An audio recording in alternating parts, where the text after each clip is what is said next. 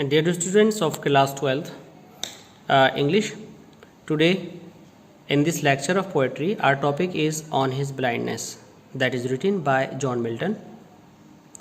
In this lecture to Hindi medium आज हम आपको इस पोएम को हिंदी में टीच करने जा रहे हैं, पढ़ाने जा रहे हैं। इससे पहले कि आप इस पोएम को पूरी तरह से टेक्स्ट के थ्रू जाएं और पढ़ें, हम आपको बता दें कि ये जॉन मिल्टन द्वारा लिखित सबसे अच्छे सोनेट्स में से एक सोनेट है।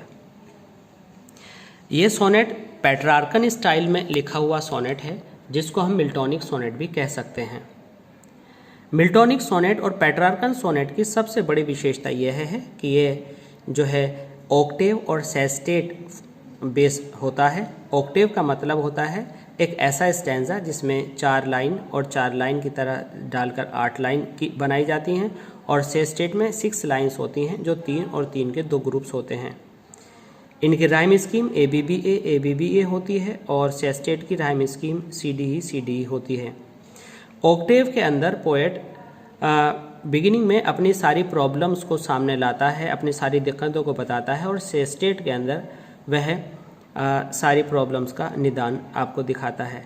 ये पोएम उस समय लिखी गई जब जॉन मिल्टन ने द पैराडाइज लॉस्ट नाम का एक महाग्रंथ लिखा इंग्लिश में, और वह अंधे हो गए। और अंधे होने के बाद उन्हें लगा कि उन्हें और पोएम लिखनी चाहिए, लेकिन वह पोएम लिख नहीं पा रहे थे। तो उनके मन में जो घुटन थी वो उन्होंने शुरू के 8 स्टैंजा में बताई, और ईश्वर से शिकायत नहीं करनी चाहिए उनकी समझ में आया, तो उन्होंने बात के 6 लाइन्स में बताई। तो यहाँ पर हम पढ़ने जा रहे हैं ये पोएम ऑन हिज ब्लाइंडनेस। इसकी ऑक्टेव में पोएट कहते हैं, ऑक्टेव के फर्स्ट पार्ट की 4 लाइन्स में पोएट कहते हैं, व्हेन आई कंसिडर, जब मैं सोचता हूँ कि how my light is spend, कि मेरे आँखों की रोशनी कैसे ख़त्म हो गई। Ere half my days, ere half means pre of age, means एक इंसान की जो एज है लगभग 100 साल मानी गई, उसका लगभग आधा 50, और पोएट जो है 44 साल की उम्र में अंधे हुए थे। इसलिए वो कह रहे हैं कि एर हाफ माई डेज, मेरे जीवन के आधे समय से पहले ही मेरा जीवन मुझे इस संसार में, जो कि इन दिस डार्क, अंधेरे से भरा हुआ, एंड वाइड, और विस्तृत हो गया है, मैं छोड़ गया है। इट मीन्स मेरे आधे उम्र से पहले ही मेरे अंधे होने ने इस संसार को बहुत अधिक अंधकार से भरा हुआ और विस्तृत कर दिया है। एंड दैट वन टैलेंट, और एक गुण जो मेरे साथ था, जो मेरा अपना गुण था, which is death to hide, जिसे केवल मृत्यु ही छिपा सकती थी। लॉस्ट मीन्स पड़ा हुआ है, विद मी मेरे साथ, यूजलेस बेकार, और यह गुण मेरे साथ अब बिल्कुल बेकार पड़ा हुआ है, अर्थात मैं पोएट्री नहीं लिख सकता हूँ। दो हालांकि माई सोल, मेरी आत्मा, मोर बैंड, बहुत तड़पती है। To serve therewith my maker, maker means God, अपने सृष्टिकर्ता की, अपने ईश्वर की सेवा करने में।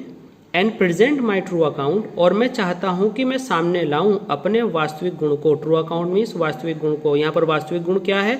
यहाँ पर वास्तविक गुण है पोएट्री राइटिंग का। तो यहाँ पर ईश्वर ये सोचकर विचलित हैं कि वह अपने इस गुण को अंधेपन की वजह से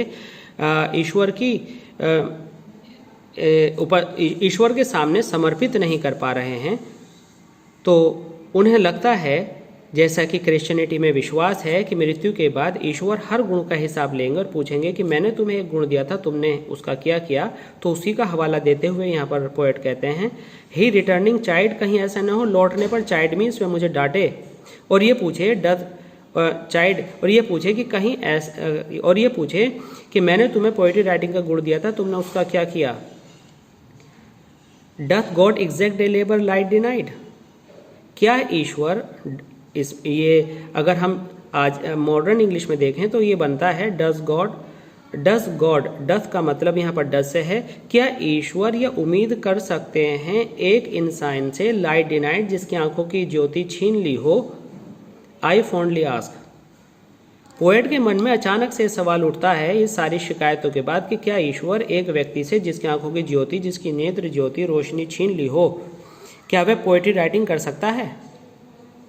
but patience to prevent that murmur, but patience means मेरा धैर्य, टू प्रिवेंट रोकने के लिए, दैट मरमर उस बड़बड़ाहट को, सून रेप्लाई जल्दी ही जवाब देता है।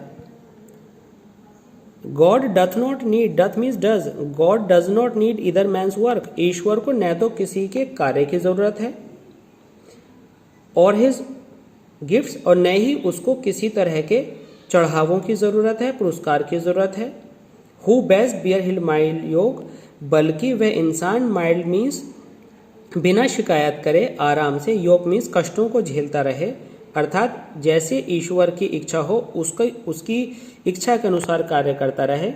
दे सर्व हिम बेस्ट, ऐसे लोग ईश्वर की सबसे अच्छी सेवा करते हैं।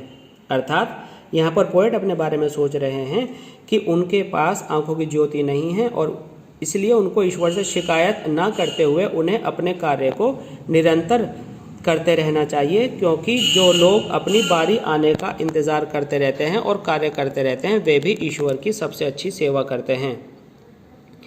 दे सर्व हिम बेस्ट, वे उसकी मीन्स ईश्वर की सबसे अच्छी सेवा करते हैं।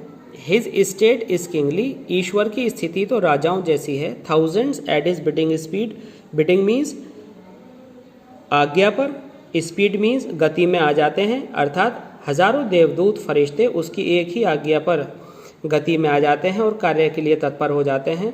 और वे सारे देवदूत post over land and ocean, जो नियुक्त किए गए हैं धरती पर और पानी पर। और लास्ट में ये एक प्रोवर्बियल लाइन है, ये एक सेइंग है, इसका मतलब है they also serve who only stand and wait, वे लोग भी ईश्वर की सेवा ही करते हैं जो किसी वजह से उस समय न कर पाने की वजह से खड़े रहते हैं और इंतज़ार करते हैं। अर्थात यहाँ पर पोएट के पास आंखें नहीं हैं लेकिन उसके मन में इच्छा है ईश्वर की सेवा करने की, तो ईश्वर उस इच्छा को सेवा ही मान लेगा, क्योंकि ईश्वर ये जानता है कि बिना नेत्र ज्योति के राइटिंग नहीं हो सकती। अर्थात यदि कोई भी व्यक्ति ईश्वर की सेवा करना चाहता है और उसके पास साधन नहीं है तो वह उसकी इच्छा उसकी सेवा में लग जाती है।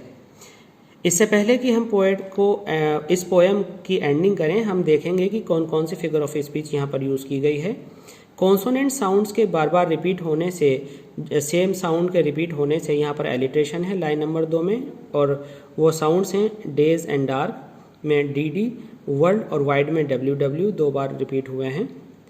और इस लाइन में जो अंडरलाइन है, patience to prevent that murmur soon applies, यहाँ पर पेशेंस को पर्सोनिफाई किया गया है, मानवीकृत किया गया है, और पेशेंस एक मानव की तरह काम कर रहा है, इसलिए यहाँ पर पर्सोनिफिकेशन फिगर ऑफ स्पीच है।